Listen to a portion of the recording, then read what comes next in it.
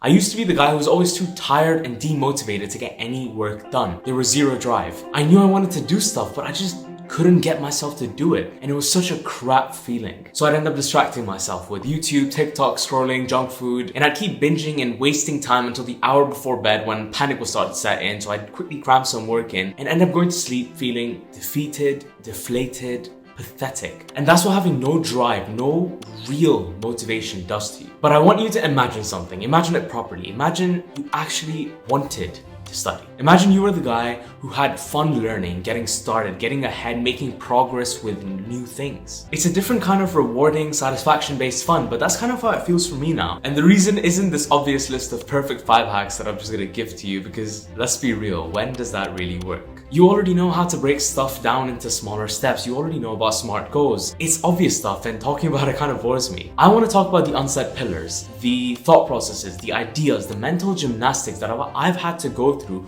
over the last 5 years of growth. These are the things that have most profoundly impacted my motivation, my drive, my discipline levels, and my ability to get stuff done as well, whilst having a happy, kind of optimistic feeling about the work as well. Visualize the ideal self. The ideal self is something that I constantly think about. There was actually a point during quarantine when I hit the classic dilemma of what am I doing with my life? It felt like time had stopped, nothing was happening, and I genuinely hated it. It's because I'm someone that constantly needs mental stimulation. I always want to be working on something bigger, something new. I want to constantly be progressing. So I started to really reflect and came across something called the ideal self. And I started to think, what is the ideal me doing at this point in time with the resources he has? How is he actually living his day? And when I started to list it all out, this image just kept forming in my head of a Zayn that is doing really well in uni, that's building high yield skills, that's starting projects like this YouTube channel, that's praying every day, that's eating healthily, that's going to gym this many times a week. And I know it sounds like all the classic self-improvement stuff, but I think 2-3 years ago when I was doing this is what I really needed, like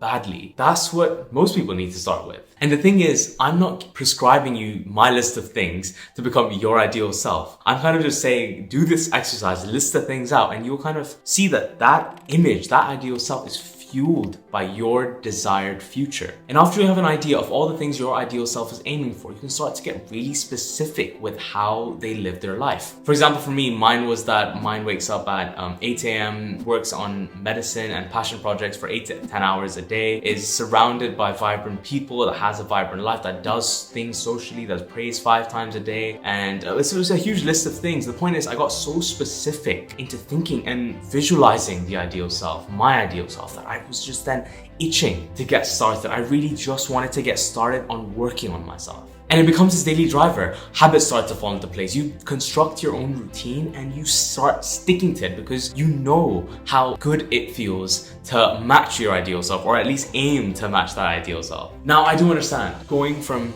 0 to 100 to aim for some idealized version of yourself that's doing this and this and this and this is kind of overwhelming. It doesn't really seem practical. But it's something to work towards. Like, I don't want you to dismiss this entire thing because it seems overwhelming. I want you to realize that it's a way to build yourself up, to work towards the person that you know you want to be, that's accomplishing all these things. And it's so different for so many people depending on the stage of your life and where you're at and what you're doing. My ideal self right now is different as well from the last few years. Yes, I'm still trying to focus on doing really well in med school, but I'm trying to excel at a job I have in a minor surgery department. I'm trying to build on my network, my social circles. Maybe I have a bit of a less focus on reading or journaling and those habits that I used to have. But regardless, knowing what my ideal self is like right now, knowing what they're aiming for, that itself is an intrinsic motivation.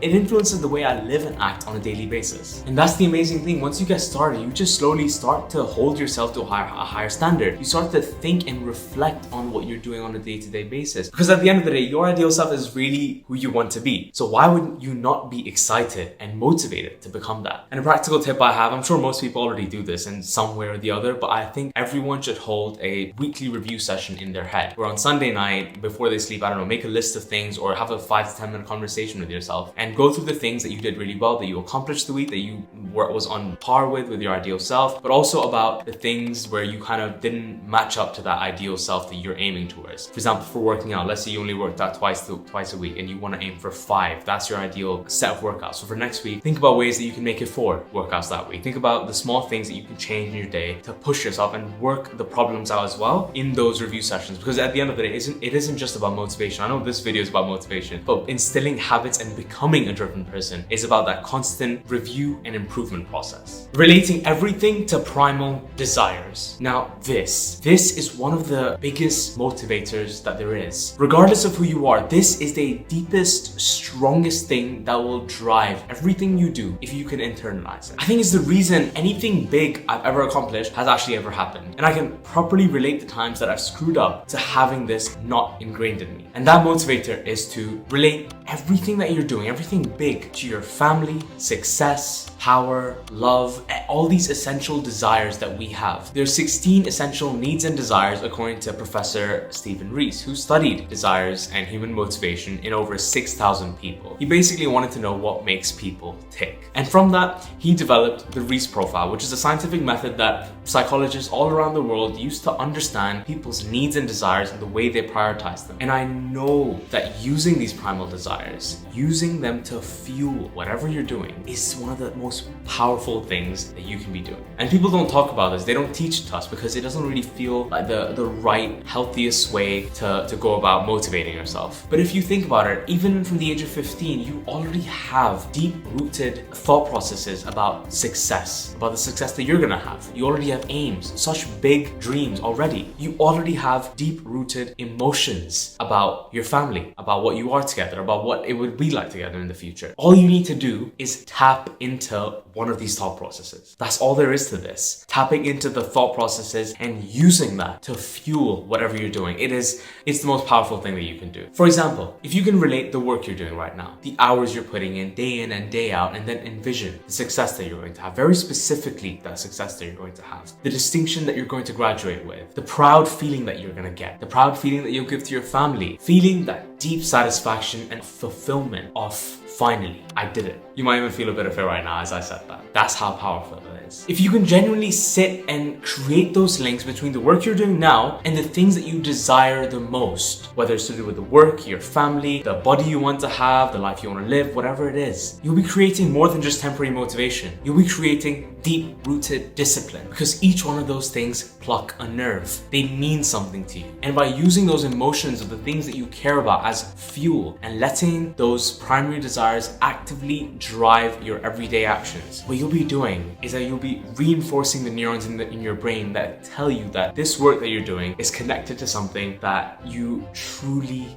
want. That's an intrinsic want of yours. And the more you do this, the more you link those thoughts together, the times when you don't actually feel like doing anything, the times when you don't have that motivation, you know you will have to get up and do something. You will have to push yourself. These primary needs, these essential desires that all of us have been built in within us over time through experience. But the thing that usually happens is that we let them control us. They're usually the major drivers for our own insecurities because they're things that we want that we don't have. So by creating powerful thought processes that link the thing that you're doing right now, by using those desires to motivate the things that you're doing right now, you're taking control. You're using the emotions behind those desires to start to form habits, to lead a disciplined life, and eventually you'll become someone that doesn't need the motivation to get them to do the right thing. You're someone that just studies when they need to. You're someone that leads a healthy, fruitful lifestyle and completes the responsibilities that they need to complete. That is just the person you are now. And when that happens, that is unbeatable. The 3 magic questions. No one wants to be told what to do. The only way we get motivated to do something and remain disciplined about it is if we're self-empowered. Think back to anything that you've ever done in your life that was worthwhile, that you were proud of. I can guarantee that it wasn't something that your mom or your teacher was forcing you to do. You were doing it because you were driven by your own mind. And according to academic research done by Albert Bandura, these are the 3 very, very important questions that anyone that wants to feel self-empowered to do their work needs to ask themselves. themselves. The first one is about self-efficacy. Can you really do this? Do you believe that you can do this? Do you have the ability, the time, the knowledge, the training to get this task, this big goal done? Second, will it work? Do you believe in the actual process, the work that you're doing, and do you believe that it will lead to the thing that you want? And lastly, is it worth it? If you ask yourself these questions about whether you think you can do it, the process, and the actual result of it, you will immediately see where your motivation is lacking. If we can't feel the confidence in the work that we're doing, if we can't see the results or at least some progress, then continuous motivation is very difficult. Bandura was really big on self-efficacy and optimism, and I think I am too. And I don't know, as soon as I said those questions, I realized that they may sound like I'm just telling you to believe in yourself and then move on. But imagine yourself as someone that's secure in their ability to get the work done, that knows that their actions will definitely